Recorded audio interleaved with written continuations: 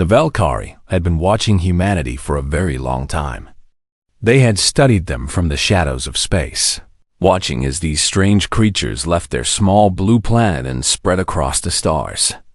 In just 300 years, humans had claimed over 200 star systems. They built cities on dead worlds.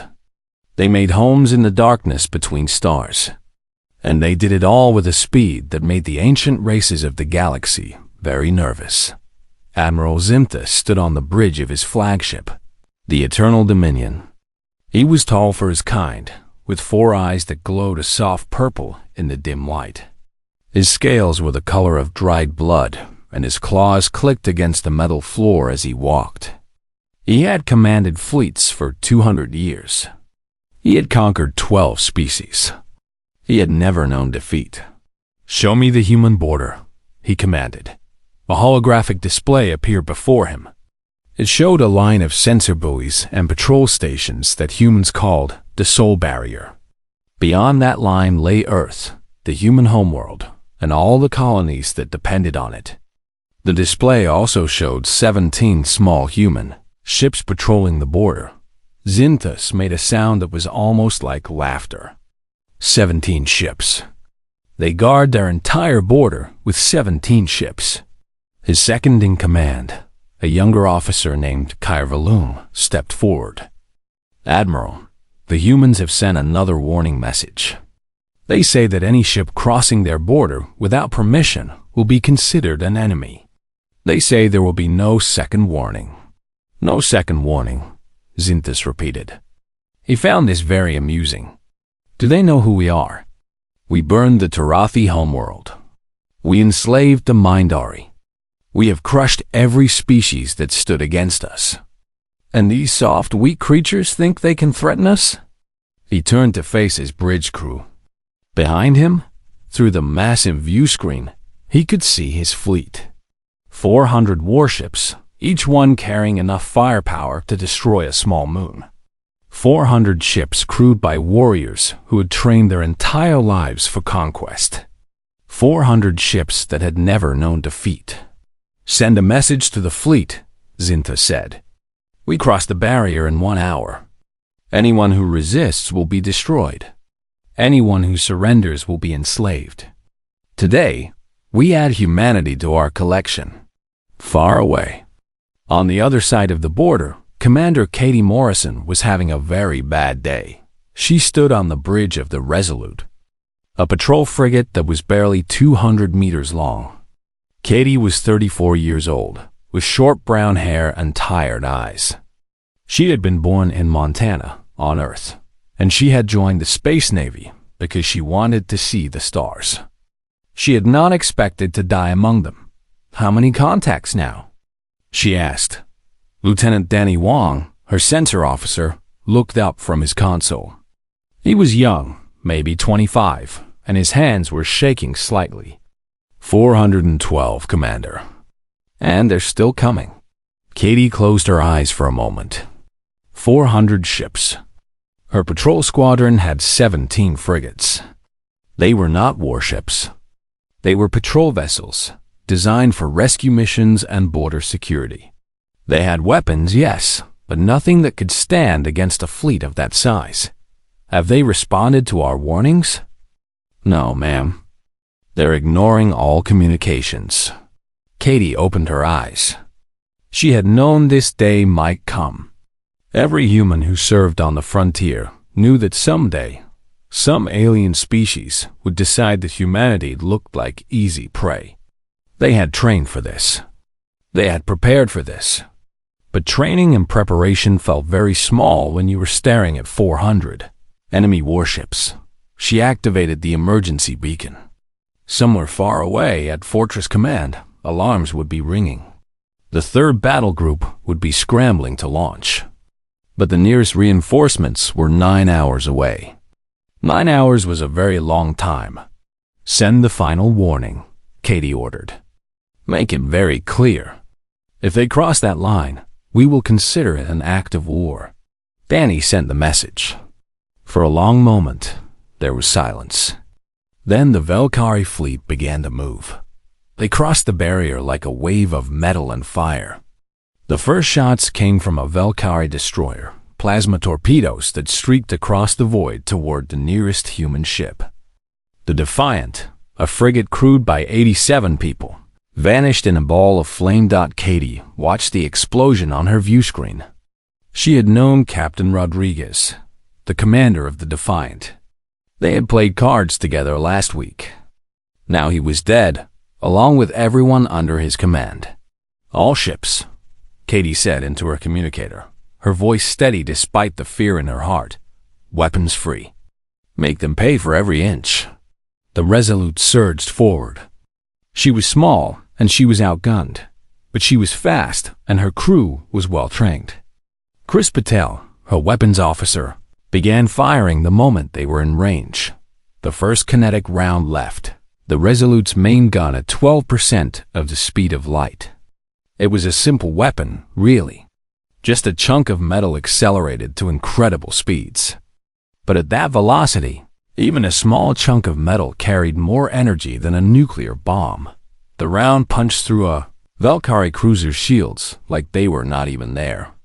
It tore through the hull, destroyed the reactor, and kept going out the other side. The cruiser exploded. "Direct hit," Chris reported. "Target destroyed." Katie did not celebrate. She was already looking for the next target.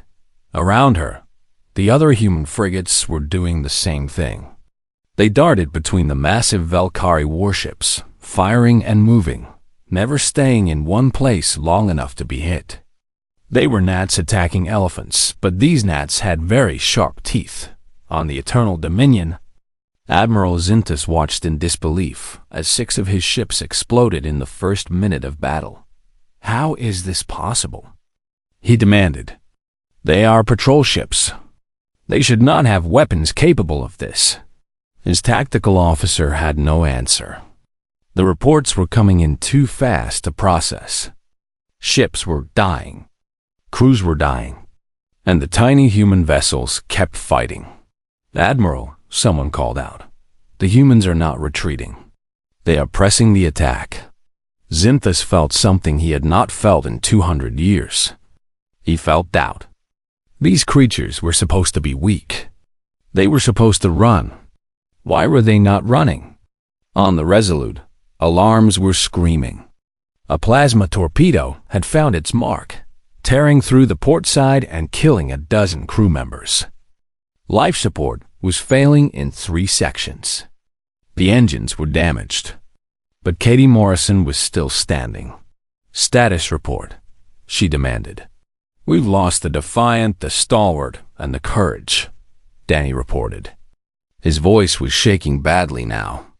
5 more ships are heavily damaged. "We can't keep this up, Commander." Katie looked at the view screen. The Valkyrie flagship was there, huge and terrible, its weapons tearing apart another frigate as she watched. "Target the flagship," she said. "Everything we have left." Chris looked at her. "Commander, if we fire everything at the flagship, we won't have anything left for defense. We won't survive their return fire." Katie met his eyes. "I know. Do it anyway." She reached for the ship-wide communicator. Her hands were steady. Her voice was calm. "All hands, this is the commander. I want you to know that I am proud of every single one of you. We knew this day might come. We trained for it. We prepared for it. And now we're going to show these aliens what it means to threaten humanity." She paused. "We're not going to survive this. I won't lie to you about that. But we're going to make sure they remember us. We're going to make sure they know that attacking humanity comes with a price. And we're going to send them everything we know about their fleet, their weapons, their weaknesses, so that when our friends arrive, they can finish what we started." She released the communicator and turned to Danny. "Transmit all tactical data to Fortress Command. Shield frequencies, weapon signatures, formation patterns. Everything." Danny nodded and began typing. Katie watched the flagship grow larger on her screen. "Fire." The Resolute's final salvo was beautiful in its violence. Every weapon on the ship fired at once, a stream of kinetic rounds and missiles that crossed the void in seconds. They struck the Eternal Dominion's forward shields and tore through them. They destroyed the primary weapons array and punched holes in the hull. 3 seconds later, the Valkyrie return fire found the Resolute. Katie Morrison had just enough time to smile before her ship became a cloud of debris. But in those 3 seconds, Danny Huang had completed his transmission. Every piece of data, every secret the Valkyrie had tried to hide, was now on its way to Fortress Command. The warning had been ignored, but the price had been set, and humanity was coming to collect. 9 hours after the first shot was fired, the third battle group dropped out of faster-than-light travel at the edge of human space. Admiral Samuel Grant stood on the bridge of the heavy cruiser Endeavour, his hands clasped behind his back. He was 62 years old, with gray hair and a face that had seen too many battles. His eyes were kind, the sort of eyes that made young officers feel safe and nervous enemies feel worried. He had served humanity for 40 years, and in all that time, he had never lost a battle. He did not intend to start now. Status report, he said quietly. Commander Lisa Chung, his second-in-command, stepped forward. She was a small woman with sharp features and even sharper instincts. We have 42 ships, Admiral. The enemy fleet numbers 412.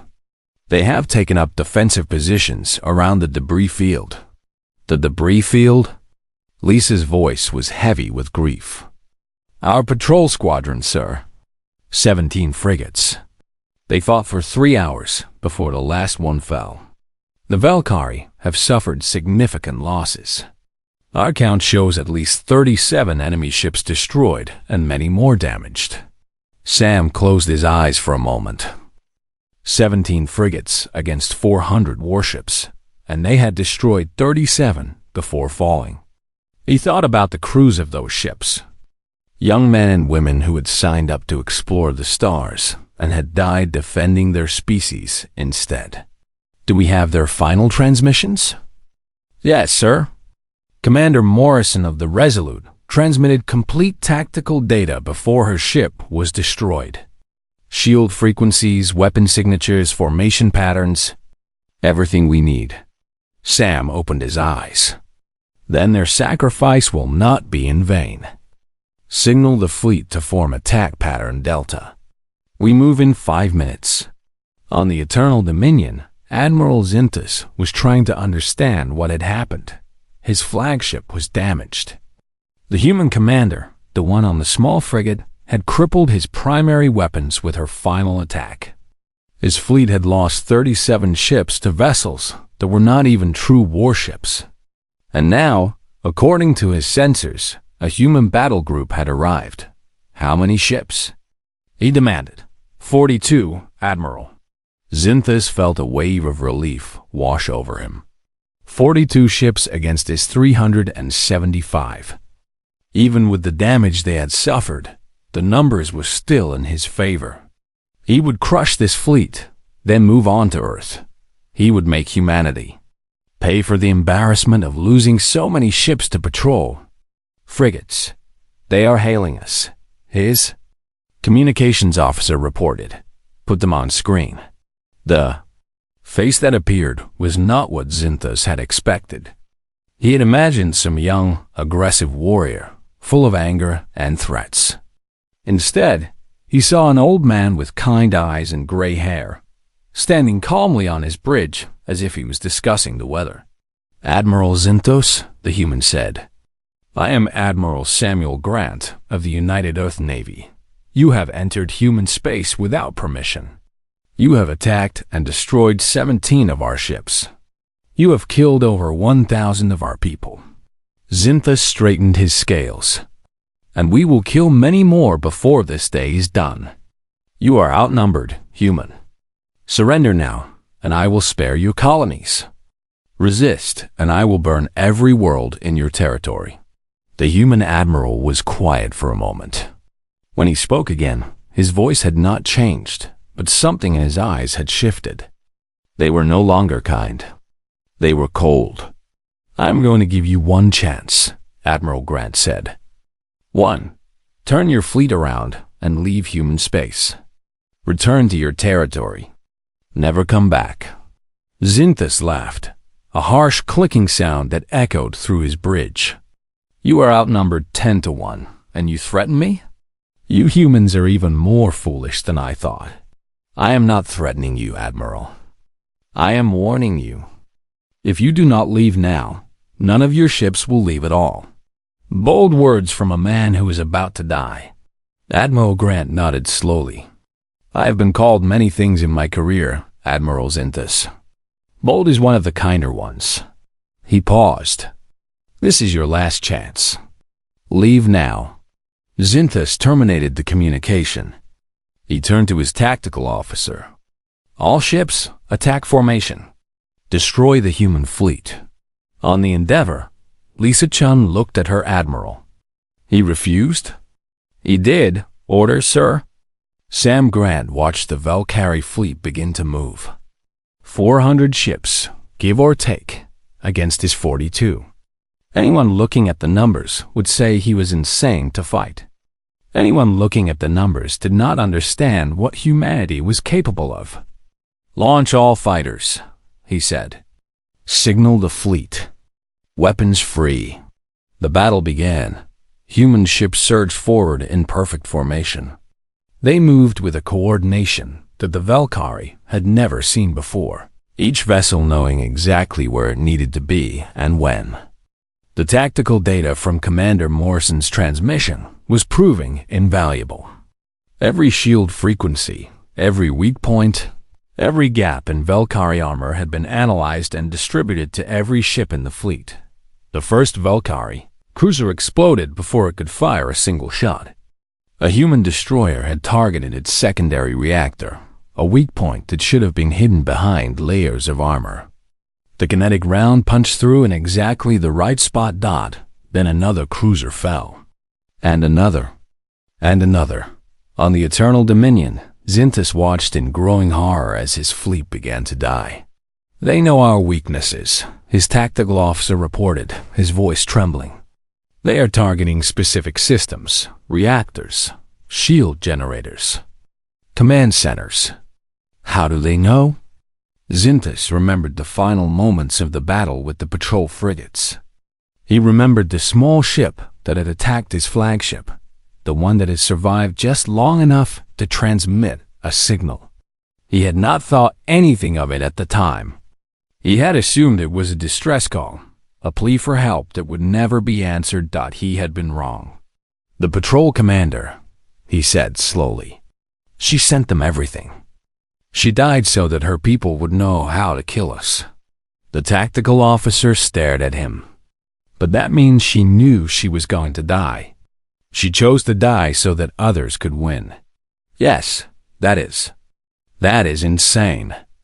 Xynthus watched another of his ships explode on the view screen. "That is humanity." The battle raged for 4 hours. The Valkyrie fought with everything they had. They outnumbered the humans by almost 10-1. They had bigger ships, more weapons, more experience. None of it mattered. Human ships danced through the Valkyrie formation like ghosts. They targeted weak points that should have been invisible. Their point defense systems shot down missiles and torpedoes with terrifying accuracy. Their pilots flew with a reckless courage that defied explanation, throwing themselves into danger again and again to protect their comrades. The Endeavor led the charge. Admiral Grant stood on his bridge, calmly giving orders as his ship absorbed hit after hit. The hull was breached in a dozen places. Fires burned in 3 sections. A quarter of his crew was dead or wounded. But the Endeavor kept fighting. "Target the flagship," Sam ordered. "It is time to end this." The Endeavor turned toward the Eternal Dominion. The Valkyrie flagship was huge, nearly a kilometer long, bristling with weapons. But half of those weapons were offline. damaged in the earlier attack by Commander Morrison. And the humans knew exactly where the rest of the weak points were. The Endeavor fired everything it had. Kinetic rounds tore through the Dominion's weakened shields. Missiles found gaps in the armor and exploded inside. The flagship shuddered and groaned as systems failed throughout the ship. On the bridge, Xynthus was thrown to the floor as another explosion rocked his vessel. Alarms screamed in every corridor. The lights flickered and died, replaced by the dim red glow of emergency power. Admiral, his second-in-command, gasped, "We have lost main engines. Weapons are offline. Shields are gone. We are defenseless." Xynthus pulled himself to his feet. Through the cracked view screen, he could see the human fleet. The Endeavor was positioning itself directly in front of his ship, its weapons charged and ready. Behind it, the rest of the human battle group was finishing off the last of his fleet.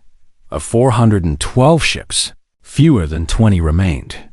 And they were all running. The communication screen flickered to life. Admiral Grant's face appeared again, and this time, there was no kindness in his eyes at all. "Admiral Xynthus," the human said, "your fleet is destroyed. Your weapons are offline. Your engines are dead. You have two choices. Surrender now, and I will allow you and your survivors to return home. Or continue to fight, and I will destroy every last one of you." Xynthus looked at the view screen, at the human ships that had torn his fleet apart, at the debris of 400 warships that floated in the void around him. He thought about fighting to the death. It was what his ancestors would have done, but his ancestors had never faced humanity. "I surrender," he said, and the words tasted like ash in his mouth. Admiral Grant nodded. "A wise choice. But before I let you go, I have a message for you to deliver. A message for your leaders, your people, your entire civilization." He leaned forward, and his voice dropped to something cold and hard. "Tell them what happened here. Tell them that you attacked us with 400 ships, and we destroyed you with 42. Tell them that our patrol frigates fought to the last, not because they thought they could win, but because they wanted to hurt you before they died. Tell them that humanity does not surrender. Humanity does not give up. And humanity never forgets." He paused. "Tell them that if anyone else enters human space uninvited, we will not stop at the border. We will follow them home." The journey home took 3 weeks. Admiral Xynthus spent most of that time alone in his damaged quarters, staring at the walls and trying to understand what had happened. He had commanded fleets for 200 years. He had conquered 12 species. He had never lost a single battle until now, and he had not just lost. He had been destroyed. Of the 412 ships he had led across the human border, only 11 made it back to Valkyrie space. Of the 60,000 warriors who had served under his command, fewer than 2,000 had survived. The greatest fleet in Valkyrie history had been reduced to scrap metal by a force less than 1/10 its size. The ship's doctor came to check on him once a day. Xynthus barely noticed. He kept replaying the battle in his mind, trying to find the moment where everything had gone wrong. Was it when he ignored the human warnings? Was it when he underestimated the patrol frigates? Was it when he refused Admiral Grant's final offer to retreat? No. The moment everything went wrong was when he decided to attack humanity in the first place. The humans had known they were outgunned. They had known they were going to lose the first battle. And they had fought anyway, not to win, but to make sure that the Valkyrie would pay the highest possible price for their victory. That small commander on the patrol frigate had died with a smile on her face because she knew her death would lead to the destruction of the Valkyrie fleet. What kind of species did that? What kind of creature chose death not out of despair, but out of spite? When the surviving ships finally reached the Valkyrie homeworld, Xynthus was taken from his flagship in chains. He did not resist. He had expected this. Failure was not tolerated in the Dominion, especially failure of this magnitude. He would be executed, his family would be shamed, and his name would be erased from history. That was the Valkyrie way. But when he was brought before the High Council, something different happened. The council chamber was enormous, a vast dome of black stone that had stood for 10,000 years. The 12 members of the High Council sat on elevated platforms, their scales gleaming in the dim light. Council leader Vexner, the oldest and most powerful of them all, looked down at Xinthus with eyes that held neither anger nor pity. "Admiral Xinthus," she said, her voice echoing through the chamber, "you led the greatest fleet in our history to its destruction. By our laws, the punishment for such failure is death." Xinthus bowed his head. "I accept my fate. However," Vexner continued, "your fate will have to wait. First, you will tell us what happened. Every detail. Every moment. We need to understand what we are dealing with." So Xinthus spoke. For 3 hours, he described the battle in every detail he could remember. He told them about the patrol frigates that should have been easy targets, but had fought like demons. He told them about Commander Morrison, who had used her dying ship to cripple his flagship and transmit tactical data to her reinforcements. He told them about Admiral Grant and the cold certainty in his eyes when he promised that humanity would follow any attacker home and destroy their civilization. He told them about the battle itself, about how the human ships had moved with perfect coordination, targeting weak points that should have been invisible, about how their pilots had thrown themselves into danger without hesitation, about how they had destroyed 400 ships with 42 and made it look easy. When he was finished, the council chamber was silent. Finally, Vexner spoke. "You said the human commander transmitted tactical data before she died. That suggests she knew she was going to die. She chose to die in a way that would help her species win the war." "Yes, council leader." "And you believe this is normal behavior for humans?" Xinthus thought about it. He thought about the recordings he had reviewed during the long journey home. Historical records that the humans had shared with him before releasing him. Records of their wars, their struggles, their triumphs and tragedies. "I believe it is more than normal," he said slowly. "I believe it is fundamental to who they are." He straightened his chains and looked up at the council. "The humans have a concept they call sacrifice. It means giving up something precious for the benefit of others. We have a similar concept, but for us, it is about duty. We sacrifice because we are ordered to. Humans sacrifice because they choose to." Explain. When Commander Morrison realized she could not survive, she did not try to escape. She did not surrender. She spent her final moments hurting us as much as possible and gathering information that would help her species defeat us. She did this not because someone ordered her to, but because she believed it was the right thing to do. Xinthus paused, searching for the right words. "They call it spite. It is a uniquely human concept. The willingness to suffer, even to destroy yourself, simply to make sure your enemy suffers more. They have a saying among their warriors, 'If I go down, I am taking you with me.' They mean it literally."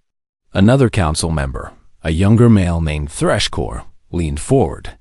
"But surely this makes them easy to defeat. A species that rushes into death cannot be strong." "You would think so," Xinthus agreed. "I thought so. I was wrong." He looked at each council member in turn. "The humans do not rush into death. They rush into danger, which is different. They calculate the risks, they plan their strategies, and they execute their plans with precision. But when the situation becomes hopeless, when there is no chance of survival, they do not give up. They do not surrender. They keep fighting, and they make sure their deaths mean something." "That is irrational," Threshcore said. Double quotes, yes. "And it is terrifying." Xinthus stepped forward as far as his chains would allow. Consider what we faced. 17 patrol frigates against 400 warships. By any rational calculation, those frigates should have fled. They should have transmitted a warning and retreated until reinforcements arrived. Instead, they fought for 3 hours. They destroyed 37 of our ships, and they gathered intelligence that allowed 42 human warships to destroy our entire fleet. He let that sink in. The humans were outnumbered 23-1 in the first battle. They were outnumbered almost 10-1 in the second. And they won both times. Not because they were stronger than us. Not because they had better technology. They won because they were willing to do things that no rational species would do. Vexener was silent for a long moment. When she spoke, her voice was thoughtful. "What do you recommend, Admiral?" The question surprised him. He had expected to be executed, not consulted. "I recommend that we never attack humanity again," he said. "I recommend that we declare human space to be inviolable territory and sign whatever treaties they demand. I recommend that we spend the next century building up our defenses in case they decide to attack us." "You believe they will attack us?"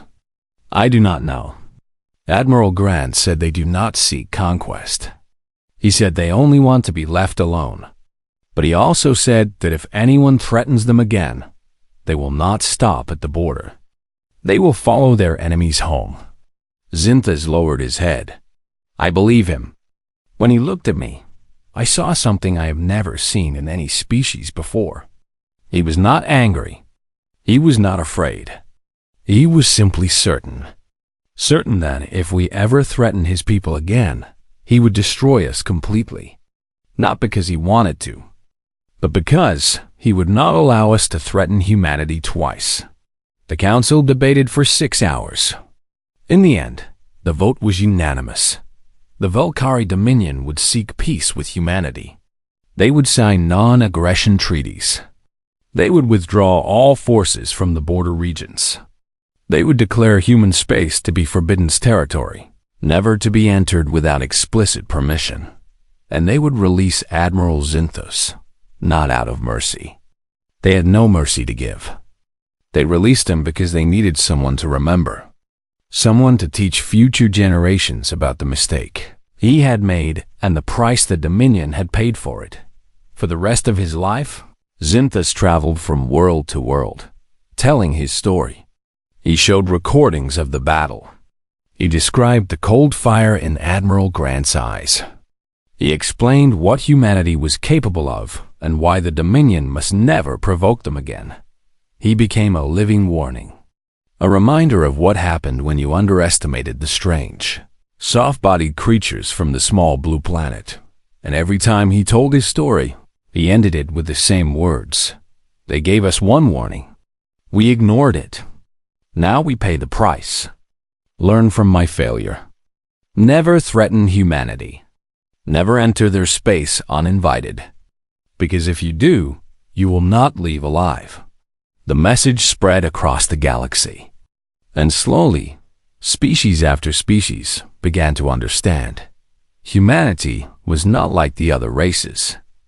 They were not stronger, not older, not wiser. But they had something no one else possessed. They had spite. They had sacrifice. And they had each other. God help anyone who threatened that. Word traveled fast in the galaxy. Within months of the Velkari defeat, every spacefaring species knew what had happened at the human border. The story spread through trade routes and diplomatic channels, through spy networks and casual gossip. By the time a full year had passed, the Battle of the Soul Barrier had become legend. And legends have consequences. The Thorian Collective was the first to reconsider their plans. They were a proud species, tall and elegant, with silver skin and minds that worked faster than most computers. For centuries, they had been expanding their territory, absorbing smaller species into their collective consciousness. They had been watching humanity for decades, waiting for the right moment to strike. That moment never came. High Coordinator, Scythe called an emergency meeting of the collective leadership. The chamber was filled with the soft hum of connected minds. Thousands of Thorians sharing thoughts and memories in perfect synchronization. We have all reviewed the data from the human border, Scythe said, her voice carrying to every corner of the chamber. I would like to hear your assessments. Military Coordinator Vorn stepped forward. He was old for a Thorian. His silver skin faded to a dull gray, but his mind was still sharp. The Valkyrie were not weak, he said. Their fleet was one of the largest in the galaxy. Their warriors were experienced and well-trained, and they were utterly destroyed by a force 1/10 their size. Could we do better? Vorn was silent for a long moment. No, we could not. The admission rippled through the collective consciousness. Thorians did not admit weakness easily. But Vorn had seen the battle recordings. He had analyzed the human tactics, and he had come to a conclusion that he could not ignore. The humans fight differently than any species we have encountered, he continued. They do not seek to minimize losses. They do not retreat when the situation becomes unfavorable. They fight with a ferocity that defies logic, and they are willing to sacrifice themselves in ways that we cannot predict or counter. Surely we could overwhelm them with numbers, another coordinator suggested. We have more ships than the Valkyrie did, and the humans would destroy them, not because they are stronger than us, but because they will keep fighting long after any rational species would have surrendered. Every ship we lose becomes a weapon in their hands. Every warrior they kill becomes a martyr that drives their people to fight harder. Vorn looked at Scythe. The Valkyrie Admiral said something in his testimony that I cannot forget. He said that humans have a concept called spite, the willingness to hurt yourself just to hurt your enemy more. We do not have this concept. We cannot understand it, and we cannot defend against it. The chamber fell silent. Finally, Scythe spoke. Then, we will not attack humanity. We will seek peaceful relations. We will trade with them if they are willing, but we will not provoke them. The decision was unanimous far across the galaxy. The Mindari were having a very different conversation. The Mindari had been slaves of the Valkyrie, Dominion for 800 years. They were a small species, delicate and fragile, with large eyes and gentle spirits. They had no weapons, no warships, no way to fight back against their masters. They had simply endured generation after generation, hoping that someday their suffering would end. Now, for the first time in centuries, they had hoped. Elder Kimi sat in the ruins of what had once been a Valkyrie command center. The building had been abandoned when the Dominion recalled its forces from the border regions. Without their fleet, the Valkyrie could no longer maintain their distant colonies. They were pulling back, consolidating their power, preparing for a war that might never come, and in their retreat, they had left the Mindari behind. What do we do now? Asked a younger Mindari, her voice trembling with a mixture of fear and excitement. The masters are gone. We are free. We are not free yet, Kimi said gently. We are simply abandoned. The Valkyrie may return, or another species may come to claim us. Then we need protection. Kimi nodded slowly. She had been thinking the same thing. The Mindari could not protect themselves. They were not warriors. They were not conquerors. They were simply people who wanted to live in peace. But there was a species out there that had proven it could stand against the strongest military power in the galaxy. A species that had destroyed 400 warships with 42. A species that, according to the stories, had done it not for conquest or glory, but because they refused to let their people be threatened. We must contact the humans, Kimi said. We must ask for their help. The message was sent through back channels and hidden frequencies. It took months to reach human space, passing through the hands of a dozen intermediaries. But eventually, it arrived at Fortress Command, and from there, it made its way to Admiral Samuel Grant. Sam read the message 3 times. Then he called a meeting of the Fleet Council. "The Mindari are asking for asylum," he said, projecting the message onto the main screen. "They were slaves of the Velkari for 8 centuries. Now they are abandoned and vulnerable. They want to know if we will protect them." The room was silent for a moment. Then Admiral Patricia Vance, commander of the Second Fleet, spoke up. "This could be a trap. The Velkari might be using the Mindari to lure us out of our territory." "Possible," Sam agreed, "but unlikely. The Velkari are in no condition to fight another war. They lost most of their fleet at the barrier. It will take them decades to rebuild. Even so, protecting the Mindari would require resources. Ships, personnel, equipment. Can we afford that?" Sam thought about it. He thought about the 17 frigates that had died at the barrier. He thought about Commander Morrison and her crew, who had sacrificed everything to protect humanity. He thought about what they would say if they were here. "We can afford it," he said finally. "And more importantly, we should do it." "Why?" Sam looked at the other admirals. "Because the Mindari are not a threat to us. They are not warriors. They are people who have suffered for 800 years under the boot of the Velkari.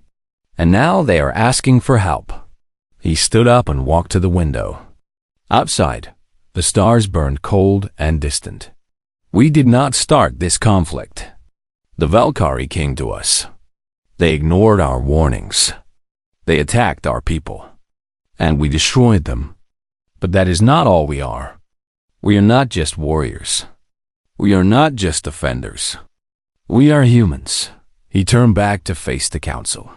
"Humans help those who cannot help themselves. Humans protect those who cannot protect themselves. That is what makes us different from species like the Velkari. Not our weapons, not our tactics, our hearts." Admiral Vance was quiet for a long moment. Then she nodded slowly. "You are right. We should help them." The vote was unanimous. 3 months later, a human fleet arrived in Mindari space. They brought food, medicine, and building materials. They brought engineers to repair damaged infrastructure and doctors to treat the sick and wounded. They brought teachers to educate the young and counselors to help heal the psychological scars of 8 centuries of slavery. And they brought warships. Not many, just enough to make it clear that the Mindari were under human protection now. The message spread across the galaxy. Humanity was not just dangerous. Humanity was kind. They would destroy any species that threatened them, but they would also help any species that asked for it. One by one, other species began to reach out. The Tarathi, whose homeworld had been burned by the Velkari centuries ago, asked if they could establish diplomatic relations. The Kessa, a small trading species that had been paying tribute to the Dominion for generations, asked if they could shelter in human territory. The Vorn, a nomadic species that had been hunted across the galaxy, asked if they could find a home. Humanity said yes to all of them. Within a decade, the human territory had grown not through conquest, but through alliance. Species that had once feared humanity now sought their protection. Species that had once dismissed them now sought their friendship. The Soul Alliance, as it came to be called, became one of the most powerful political entities in the galaxy. Not because humanity had conquered anyone, but because humanity had proven that they were worth following. Admiral Samuel Grant retired 5 years after the battle. He had done his duty. He had protected his people. And he had shown the galaxy what humanity could be. Now it was time for others to carry on his work. On the day he left Fortress Command for the last time, Lisa Chun walked into the shuttle. "Where will you go?" she asked. Sam smiled. It was the first genuine smile he had worn in years. "Home. I have a house on the coast of Oregon. I am going to fish and read and watch the waves." And I'm going to try to remember that there is more to life than war." Lisa nodded. "You earned it, sir. More than anyone." Sam looked up at the stars one last time. "We all earned it, Lisa. Every human who ever lived. Every human who ever died. Every human who looked up at those stars and dreamed of touching them. We earned the right to be here. We earned the right to be respected." He turned and walked toward the shuttle. "Take care of them, Lisa. Take care of our people. And remember what we learned at the barrier." "What was that, sir?" Sam paused at the shuttle door. "That humanity is never alone. We have each other. And as long as we have each other, nothing in this galaxy can stand against us." He stepped onto the shuttle and was gone. Lisa watched him fly away into the stars. Then she turned and walked back into Fortress Command. There was work to be done. 20 years had passed since the Battle of the Soul Barrier. The galaxy had changed in ways that no one could have predicted. The Velkari Dominion, once the most feared empire in known space, had retreated into isolation. They built massive fortresses along their borders and refused contact with other species. They lived in fear of the day when humanity might decide to collect on old debts. That day never came. Humanity had kept their promise. They did not seek conquest. They did not expand through force. They built alliances based on mutual respect and shared values. The Soul Alliance now included 17 species, all of them united under a simple agreement: help each other, protect each other, and never back down from a fight. It was the most peaceful period in galactic history. Admiral Samuel Grant had spent most of those 20 years in his little house on the Oregon coast. He fished in the mornings, read in the afternoons, and watched the sunset every evening. His gray hair had turned white, and his step was slower than it used to be, but his eyes were still sharp, and his mind was still keen. He had visitors sometimes. Old friends from the Navy who wanted to share stories and drink whiskey. Young officers who wanted advice on their careers. Politicians who wanted his endorsement for their campaigns. He turned most of them away politely. He had done his duty. It was time for others to lead. But on the 20th anniversary of the battle, he received a visitor he could not refuse. The shuttle landed on the beach just after dawn. Sam was already awake, sitting on his porch with a cup of coffee, watching the waves roll in. He knew this day would come. He had been preparing for it. A young Velkari stepped off the shuttle. He was smaller than the warriors Sam remembered from the battle, with scales that were more blue than red and eyes that held curiosity rather than aggression. He walked across the sand with careful steps, as if he was afraid of breaking something. "Admiral Grant?" he asked, his voice uncertain. "That is me." "And you are?" "My name is Tinvex. I am a diplomatic attaché with the Velkari Foreign Ministry." He paused. "My grandfather was Admiral Zintas." Sam nodded slowly. He had wondered what had happened to the old warrior. "I remember him." "How is he?" "He passed away 8 years ago. But he spoke of you often, until the very end." "Spoke of me? In what way?" Tinvex looked at the ocean for a moment, as if gathering his thoughts. "He said you were the most terrifying enemy he ever faced. Not because you were cruel, not because you were angry, but because you were absolutely certain of what you would do. He said that when he looked into your eyes, he saw someone who would destroy entire civilizations without hesitation, if that was what it took to protect his people." Sam was silent for a moment.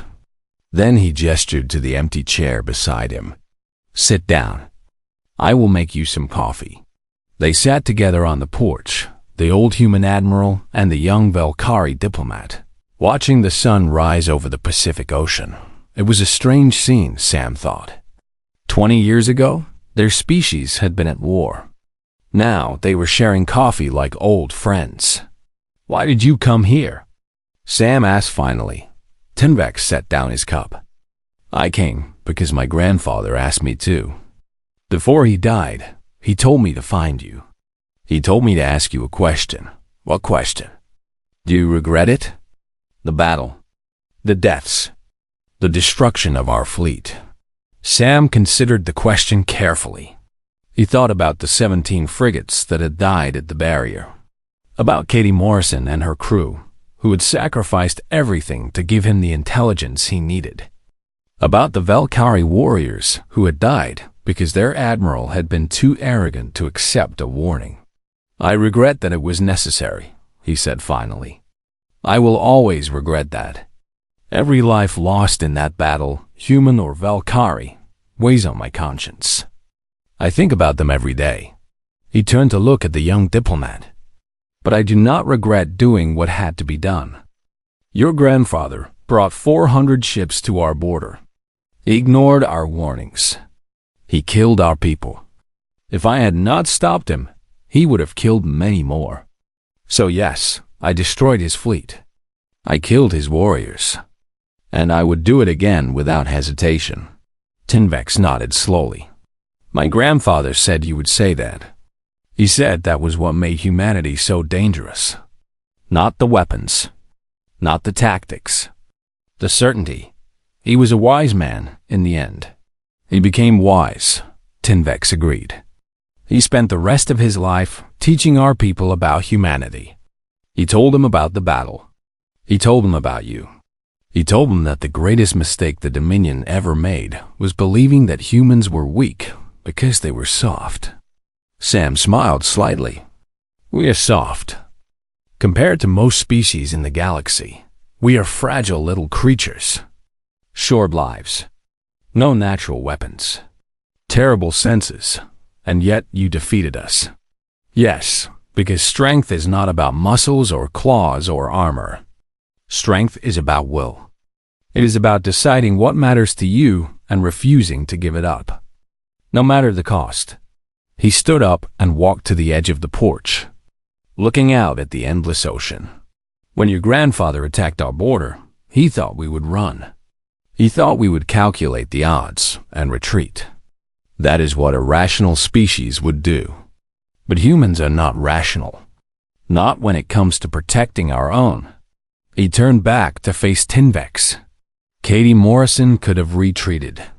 She could have fled the battle and saved her crew. Instead, she spent her last moments hurting your grandfather's fleet and gathering intelligence that would help us win the war. She did not do this because someone ordered her to. She did it because she believed it was the right thing to do. My grandfather called it spite. He was not entirely wrong. There is spite in us. The desire to hurt our enemies even at cost to ourselves. But there is something else too.